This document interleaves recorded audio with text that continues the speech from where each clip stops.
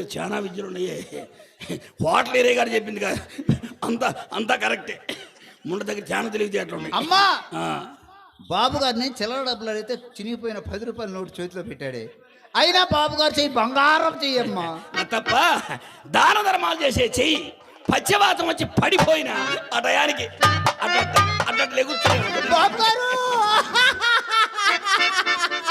అయ్యో ఏడుతానే తుప్పర్ల పైన పడుతుంటే అది నోరా పంచాయతీ బోర్డు పంప. 16 సంవత్సరాలు పెంచి అమ్మాయిని మొగడు మొహం ఎరపడగా మీ చేతుల్లో పెడుతున్నా. అమ్మాయి మన్మథ మొలక నాయన. అమ్మాయి మన్మథ మొలకే, అమ్మ మార్కాపురం పలక. అబ్బాయి బోర్డు పైకి ఈ పిలకలు తూదిస్తే పిలిపించామాయని. రావే బాబు తొందరగా పిలిపించి కొట్లో గుమస్తాలు కూడా లేరు. అదేంటి బాబు? కొట్లో గుమస్తాలు లేకపోతే ఇందాక పుల్లారెడ్డి గారిని కూర్చోబెట్టి వచ్చా. అదేంటి బాబు? ఆయనైతే నమ్మకస్తుడని కొట్టు దగ్గర కూర్చోబెట్టి వచ్చా. గుమస్తాలు మొత్తాన్ని వరుస పెట్టి తీసేసా. కరోనా వచ్చిందని కొట్లో ఎవరు లేవు. మధ్యాహ్నం దాకా మై చూసుకోవటం, ఆ తర్వాత నేను చూసుకోవడం. ఏంటి చూసుకునేది? వ్యాపారం. తొందరగా వెళ్ళి. సరే కానీ బాబు, మనుషుల్ని అసలు ఎవరు నమ్మట్లే మేము. ఎప్పుడు నమ్మారు బాబు? నమ్మడానికి ఎప్పుడైనా నమ్మారా మీరు? తొందరగా పిలిపించు. అలాగనే బాబు, మనుషుల మీద నమ్మకం లేదు. చెమట తుడుచుకోండి. తొందరగా పిలిపి. అమ్మాయి చూస్తే నేను ఏమన్నా చేశాను అనుకుంటుందో ఏమో. నువ్వు చేయడానికి ఏడేమో మొత్తం రేఖల గడ్డ చిన్న చేస్తుంటే అయ్యో అన్ని అలా చూసుకుంటారే. అమ్మాయి చూస్తే ఏమన్నా అనుకుంటుందేమో, చెమట తుడుచుకోండి అన్న. అదే తొందరగా పిలిపి.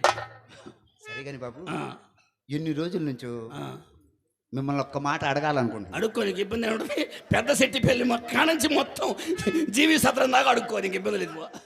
అడుక్కోవడం ఏంటి బాబు? అడుగుతాను అన్నాను. నేను అన్నది కూడా తెలియదు, నీకు అర్థం కాలే. అదే బాబు, ఎన్ని రోజుల నుంచో మీ చేత ఒక్కసారి పిడుచుకున్నామని.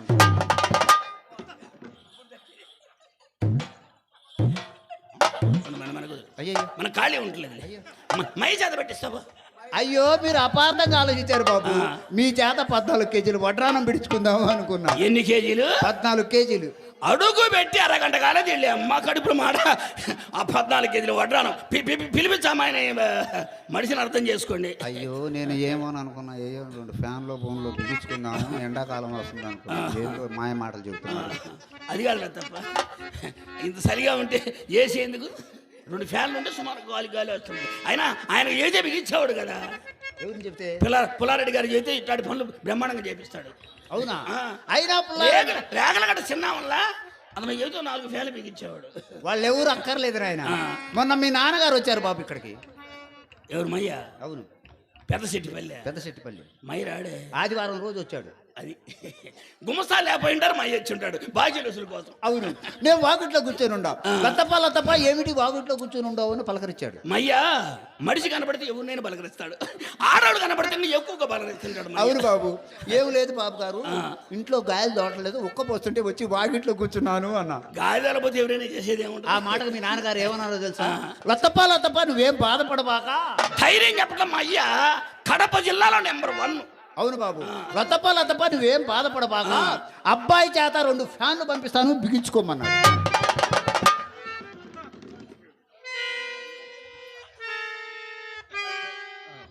మయ్య అన్నాడు బాబు. మయ్య అన్నాడే. లేదు బాబు గారు, అయినా మీ నాన్నగారికి ఈ ఊళ్ళో ఎంత పేరుంది? ఈ ఊళ్ళో ఏది? ఆంధ్ర రాష్ట్రం మొత్తం ఉంది మైకి. మంచి పేరుంది మైకి. 3 పార్టీలు వెంటబడ్డారు ఎంపీగా పోటీ చేయమని. మయ్య 6 నెలలు ఆలోచించి 3 నెలలు చెప్పాడు. ఏమని? అబ్బాయి మనం మాత్రం ఎలక్షన్ లో పోటీ చేయొద్దు, ఊరకిచ్చే పని అయితే ముఖ్యమంత్రి పదవి తీసుకుందాం. మయ్య ఊరకొస్తే ఉప్పు ముఖ్యమంత్రి పదవి కావాలండి. ముఖ్యమంత్రి ఈ ముండకి ఎందుకో రాజకీయం. తొందరగా పిలిపించు.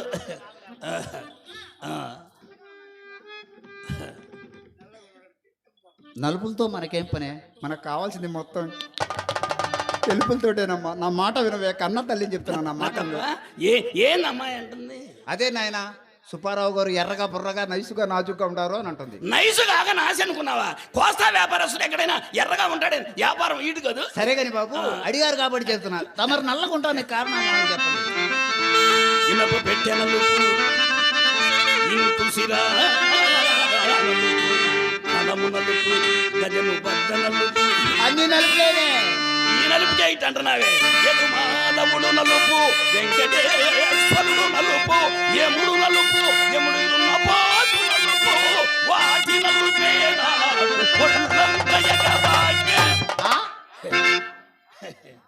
అసలు అసలు అసలు అసలు ఎరుపే నేను అమ్మ తోడు ఏమైనా తమ తవరే కొట్టుకుంటున్నారు. మీకైతే ఎవరున్నా ఎగబడి గుచ్చి కొడతారు, మాకెవరు కొడతారు? ఏంది గుచ్చి? అదే పైకం. అదేమ్మా అసలు సంగతి. చేసేది చికెన్ వ్యాపారం కదా, వేడికి తట్టుకోలేక ఎరుపంతగా నాణ్యమైన నలుపు వచ్చిందమ్మా. రామ్మా రావే. తొందరగా పిలిపించు.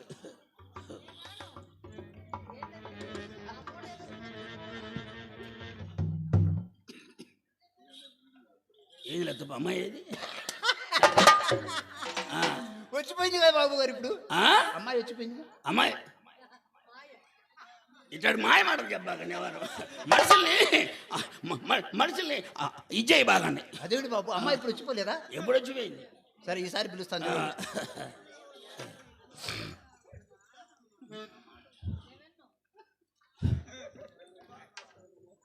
వాంతి వచ్చిన భ్రాంతిలాగా నటివే. వాడి దగ్గర ఉన్న మూట కోసం బాగుపడిపోతావమ్మా. నా మాట వినవే, నా మాట. వేసే మొండకే 6 నెలలు అనుకోవాలి మొండ. అమ్మా ఈ మూట కంటే వాళ్ళ అయ్యేది ఇంకా పెద్ద మూట అంటమ్మా. బాగుపడిపోతావు. ధనం ఎవరు మూట వాళ్ళదే. నా మాట తొందరగా పిలి.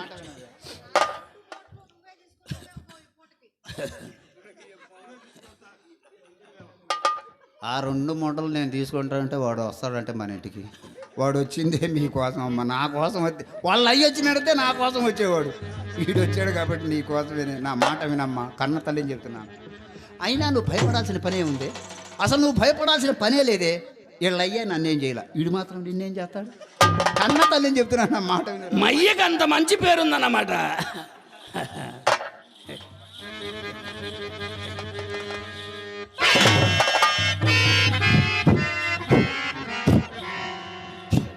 బాబు గారు, అమ్మాయిని ఏమన్నా అన్నారా? అమ్మాయిని ఏమన్నా అన్నారా? ఎవరేమన్నారు? మీరేమనలేదా? మీరేమనలేదా? మనకేదో ఒక రకం ఉంటే అంతేనా? మనం అనేది ఎక్కడ? సరే విషయం చెప్తున్నాను బాబు. అమ్మాయికి ఏం తెలియదు. అమ్మాయికి ఏం తెలియదు. మనకు మాత్రం తెలుసు, మనం వచ్చింది ఇప్పుడేగా. అందుకోసం చెప్తున్నా. ఒకవేళ మీ పని మా అమ్మాయి చేయలేకపోయింది అనుకోండి, నన్ను పిలవండి, నేను వచ్చి మీ పని అమ్మటే చేసి పెడతాను. చేసి పెడతాను. వదిలే వదిలే అమ్మాయి కావాలి. వదిలే అమ్మాయి అసలు పనే మానేద్దాం అసలు. అయ్యో ఆ మాట అనబాకండి, అమ్మాయినే పంపిస్తా. ఆ మాట అనబాకండి, అమ్మాయినే పంపిస్తా.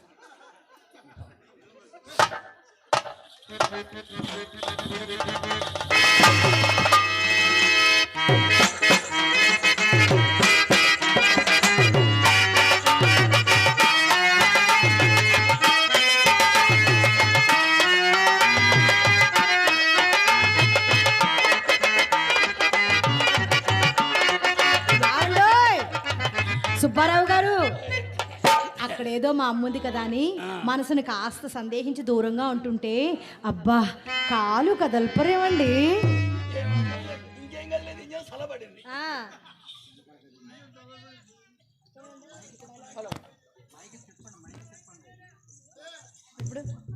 హలో ఏమండి, నేనున్నాను కదా, మీరు అలా నుంచోండి, మొత్తం వైరం అయిపోద్ది.